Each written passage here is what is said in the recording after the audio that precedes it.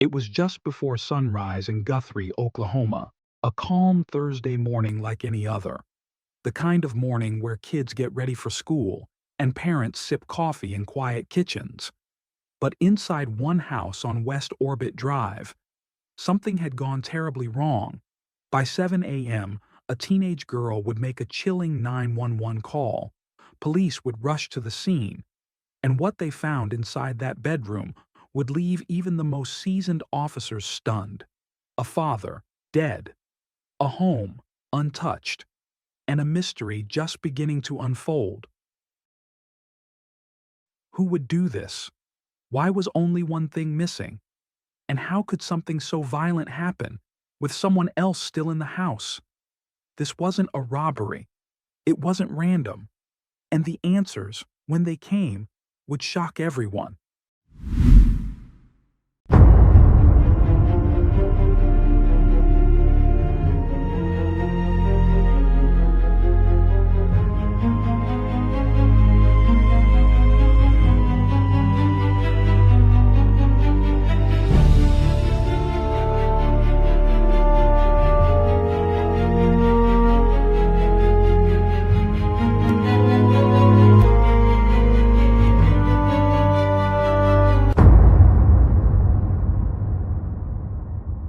If you're a fan of true crime and criminal investigations, you won't want to miss our new book, The Ultimate Book of Serial Killers: 180 Files of the World's Most Notorious Murderers, now available on Amazon. You can also purchase the PDF version directly from our website for instant download. You'll find the link in the video description and in a pinned comment. Now, let's dive into today's case.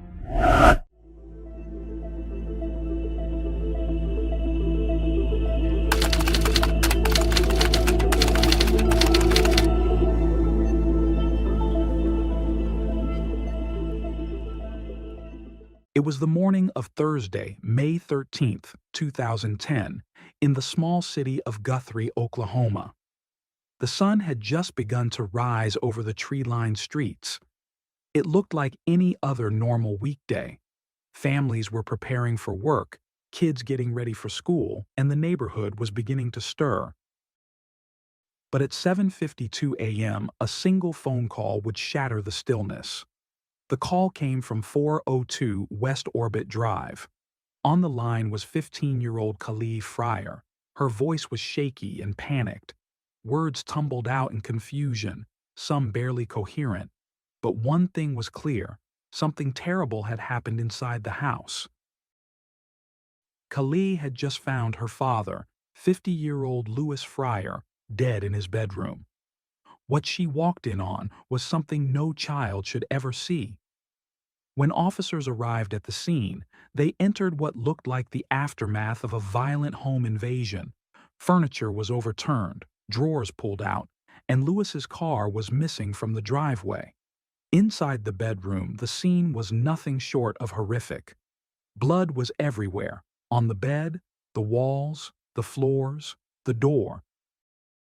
It was clear that Louis had fought hard for his life. He had multiple stab wounds to the neck and back. His arms and hands showed defensive injuries, deep cuts from trying to shield himself. The attack had been brutal, personal. And the weapon? A kitchen knife from his own home. The same one that now was missing from the knife rack. It appeared that Louis had been asleep when he was first struck. The blankets were still tangled around his legs, as if he had been yanked from sleep mid-attack. Blood pooled on the mattress suggested the violence started while he was lying down, defenseless. He never had a chance to react, not until the fight for survival had already begun. Louis was a hard-working, well-liked man. He worked as a designer at a picture-framing company and raised his two children, Callie and her older brother Keith, now 18. 13 years earlier, he had taken full custody after splitting from his wife, Tricia, in 1997. Tricia had been struggling with drug addiction and spent time in and out of prison. But Louis never spoke badly of her. In fact, he encouraged his kids to maintain contact with their mother, even when the court said less would be okay. To his son and daughter, he was their rock, their protector, their constant. Friends described him as laid back, loyal, and someone who could always make people laugh. He loved fishing, loved sports, and most of all, he loved his kids. As police processed the scene, Callie was placed in the back of a patrol car. Shaken and stunned, she answered every question detectives asked. She couldn't think of a single person who would want to hurt her father. "Everybody likes my dad," she told them. Callie explained that the night before had been perfectly normal. They had dinner together and watched a movie. Around 10:30 p.m., they both went to bed. She hadn't heard a thing all night. Her dad usually woke her up for school, but that morning, the house was silent. No sound of him making breakfast, no TV, no footsteps. She went looking for him, and that's when she found the bedroom door open, and the horror inside. There were no signs of forced entry, no broken locks, no shattered glass. Investigators quickly ruled out a break-in. The front door may have been left unlocked. There was a small smear of blood on the back door, likely from whoever had escaped that way. It seemed the killer knew the layout, knew the house, maybe even knew when everyone would be asleep. As in all murder investigations, detectives looked first at those closest to the victim. And in this case, that meant Lewis's ex-wife Tricia. Was there a custody dispute? Had something changed? At first, she was hard to reach. But when she finally spoke to police, she came in willingly. She was cooperative, calm, emotional, but not evasive. And it didn't take long to rule her out. Tricia admitted that Lewis was a better parent for the kids at that time in her life. She was thankful for the stability he gave them. There was no bad blood, no resentment, no motive. Investigators would have to look elsewhere. As investigators dug deeper, a new detail came to light, one that could shift the focus of the case. Callie told detectives something important. Just a few days before the murder, her older brother, 18-year-old Keith, had packed up and left the house. There had been a fight, one that started at school and ended at home. Keith had gotten into a physical altercation with another student.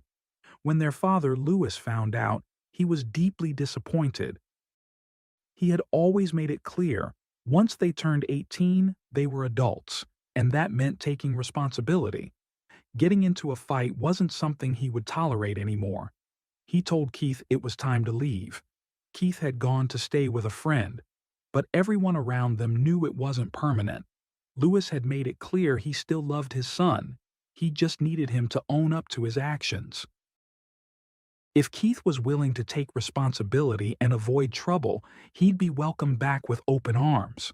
Still, detectives had to consider the possibility. Could this tension have led to something darker? Detectives headed to the school and quietly pulled Keith out of class. Inside the principal's office, they broke the news. His dad was gone. Keith's reaction was instant and raw. He didn't believe it. He started yelling that it wasn't true. Within moments, he flew into a rage, throwing a chair against the wall, breaking down in tears. His grief was overwhelming. He was devastated, especially knowing the last time they'd spoken, they'd left things on bad terms. But investigators quickly ruled him out. Multiple friends confirmed he'd been with them all night. He hadn't been anywhere near the house in days. Attention then turned to Lewis's missing vehicle. An alert was sent out. The clock was ticking. 8 hours had already passed since it disappeared. The trail was going cold. Police canvassed nearby neighborhoods, hoping someone had seen something. They spoke to friends, neighbors, co-workers, anyone who knew the Fryer family. The same answer came up again and again. Lewis didn't have enemies. He didn't fight with people. He was well liked at work and in the community. No known grudges, no red flags, which only made things more confusing. The scene at the house didn't scream robbery. Nothing had been stolen. No electronics, no valuables, not even cash. The only thing missing was the car. And even that, detectives suspected, was just a means to escape, not the motive. That's when two of Callie's friends came forward. They had something to say, and it would change everything. They told detectives that Callie hadn't exactly been the quiet, polite girl most people thought she was. In recent years, she had started spiraling, drinking heavily, experimenting with drugs, hosting wild parties at the house when her dad wasn't around. She was constantly in trouble. She had been expelled more than once and hadn't been to school for months. Lewis had tried to set boundaries. He was tightening curfews, laying down rules, trying to regain some control. But Callie wasn't having it. Their relationship had grown toxic. When police searched her bedroom, they found her diary. What it contained sent a chill down their spines. Entry after entry showed her anger toward her father, her resentment, the hate that had built up. One line in particular stood out: "You're dead to me." She had convinced herself that living with her mother would mean freedom. No rules, no discipline, just a blank check to do whatever she wanted. But her dad wasn't going to let that happen. And yet, for all the tension between them, there was one thing that continued to bother investigators. How had Calais slept through it all? The murder had been loud. There had been a fight. Objects knocked over. Blood everywhere. Her father, likely shouting in pain. And then, someone stealing the car and driving off. And still, she heard nothing? It didn't add up. Her brother Keith said he couldn't shake the feeling either. Something didn't sit right with him. He remembered the moment he saw Callie again, when she and their mother picked him up from school after their dad's death. He looked at her face and just knew she was lying. Growing up, the two had been close, partners in crime, sneaking out together. But in recent years, things changed. Callie had gone down a dark path. The drugs, the drinking, the defiance. He had tried to talk to her about it, but she wouldn't listen. He told police she'd always struggled with her mental health, that she didn't like being told what to do, and that she had a mean streak. When she was angry, she could flip in an instant. There had been trouble between father and daughter for a while, and while detectives still weren't sure she had physically committed the murder herself, one thing was becoming more and more clear. Callie likely knew who did. Then, the investigators discovered that Callie had been secretly dating a 21-year-old man named Jerome Charles Jr., known simply as Jay. He wasn't just a few years older. He was a grown adult with no stable address, no job, and no steady income. Yet somehow, he had become a regular presence in Callie's world. Jay didn't live anywhere consistently. So, to keep the relationship going, Callie had begun sneaking him into her home during the night while Lewis slept just rooms away. Some sources even suggested Jay may have been married at the time, though details of that remain murky. But secrets like that don't stay hidden forever. Eventually, Lewis found out. And when he did, he wasted no time confronting Callie. He made his position clear. This relationship was unacceptable. Jay was never to step foot in his home again. The age gap alone, between a 21-year-old and his 15-year-old daughter, was not only inappropriate, it was illegal under Oklahoma state law. But Lewis didn't stop there. The very next day, he found Jay wandering around the neighborhood and confronted him face to face. There was no mistaking Lewis's message. Jay wasn't welcome, and the relationship had to end. Period. Now, for the investigators, that confrontation raised a dangerous possibility. With the threat of legal consequences looming, and Lewis standing firmly in the way of their relationship, they now had a potential motive. But finding Jay would be another matter entirely. While the search for Jay continued, police finally caught a break. The missing car, the one stolen from Lewis's driveway, was found abandoned in Oklahoma City. It had visible damage. The keys were still inside, but no murder weapon, no fingerprints, no DNA, nothing else of value at the scene. Still, it was the first real lead they had in hours. And not long after, Jay himself was located in Oklahoma City. He had apparently called a friend asking for a ride home, said he was stranded and didn't know how to get back. That friend, thinking fast, convinced him to stay put and told him to wait for police. Thankfully, he agreed. Jay didn't resist arrest. In fact, he volunteered to speak with detectives. At first, he denied everything. He had no idea what had happened, he said. He hadn't been there. But that story fell apart quickly. Eventually, Jay admitted he had been at the Fryer house that night. Callie had let him in after everyone had gone to bed. But what he said next left investigators suspicious. He claimed that Lewis had woken up in the middle of the night and found them together. According to Jay, Lewis flew into a rage and tried to hit him with a golf club. Fearing for his life, Jay said he ran to the kitchen, grabbed a knife, and acted in self-defense. But that version of events didn't hold up. Detectives already knew the layout of the house, and the blood evidence told a very different story. Lewis had been attacked in his bed, not in the hallway. His feet had been found near the closet, where his golf clubs were stored. None of those clubs had been moved. They were dusty and untouched. There was no blood trail in the hallway. All the violence had taken place in the bedroom. That meant Jay's version, a sudden hallway ambush, was a lie. When pressed again, Jay changed his story.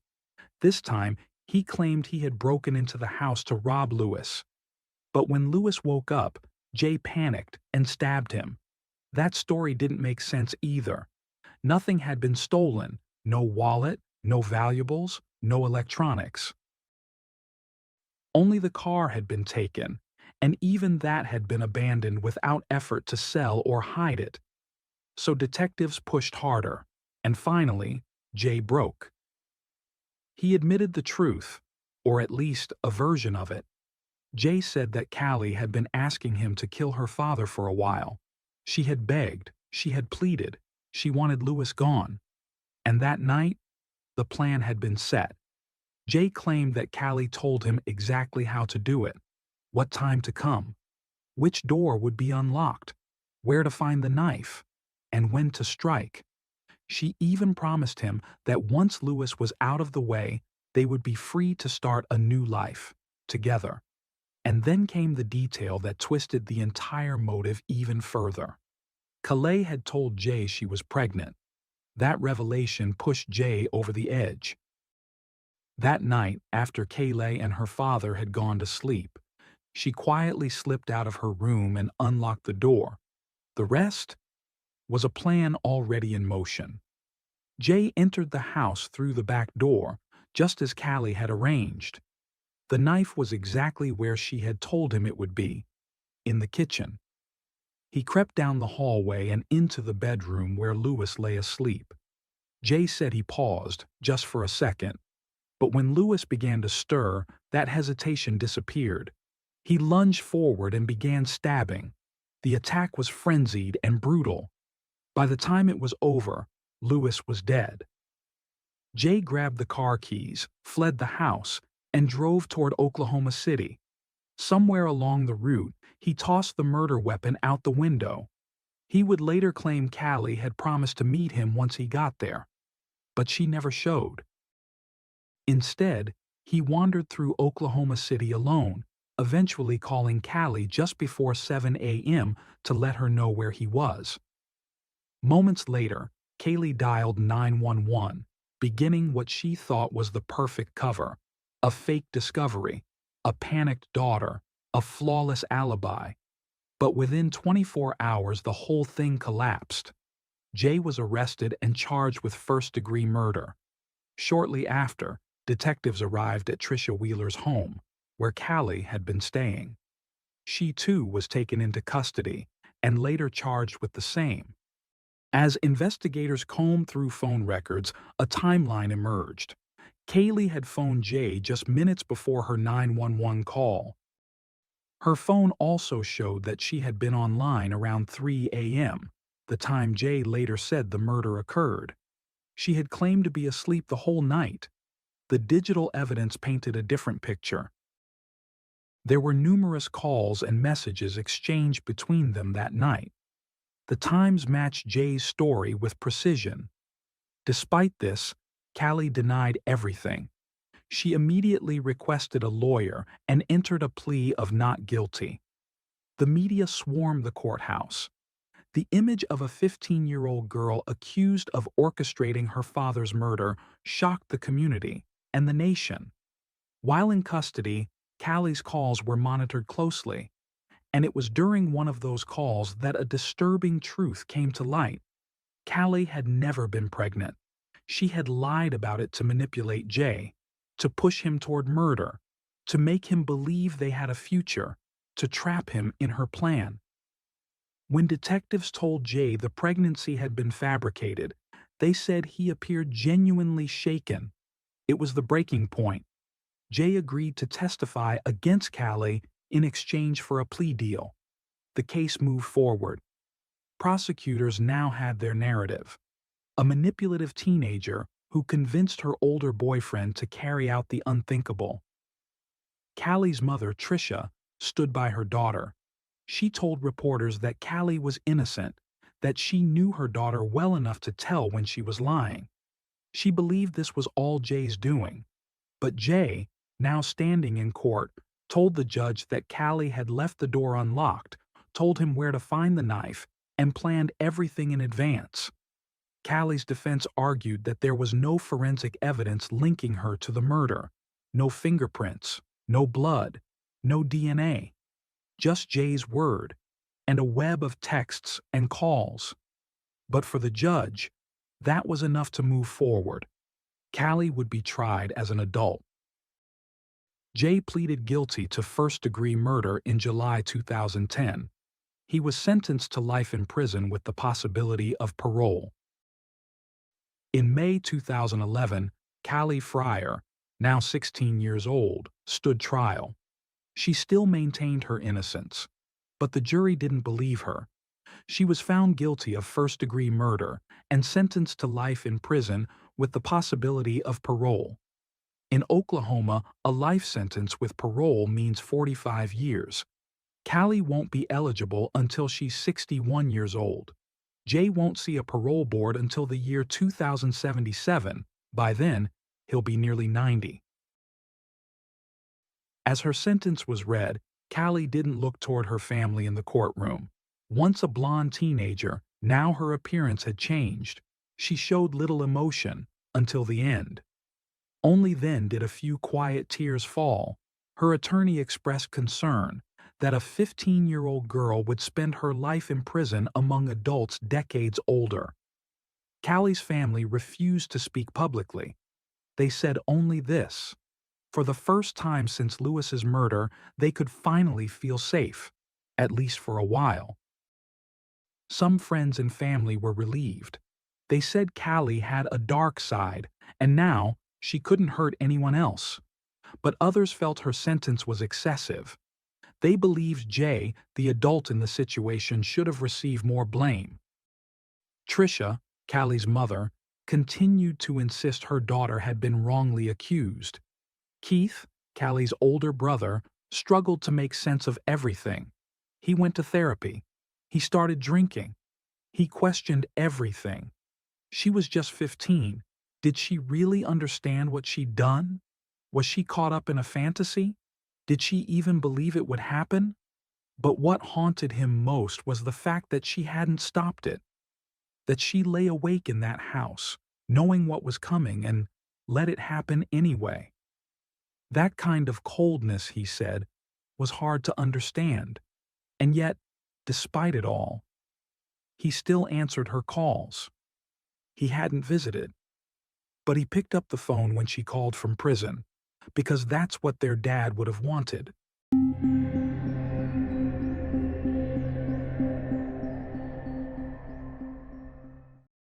Thanks for tuning in to Unreal True Crime. If you're intrigued by mysteries from around the world, check out our new channel, Latin Crimes, where we dive into the gripping true crime stories of Latin America. Don't miss out. Subscribe now for more thrilling investigations.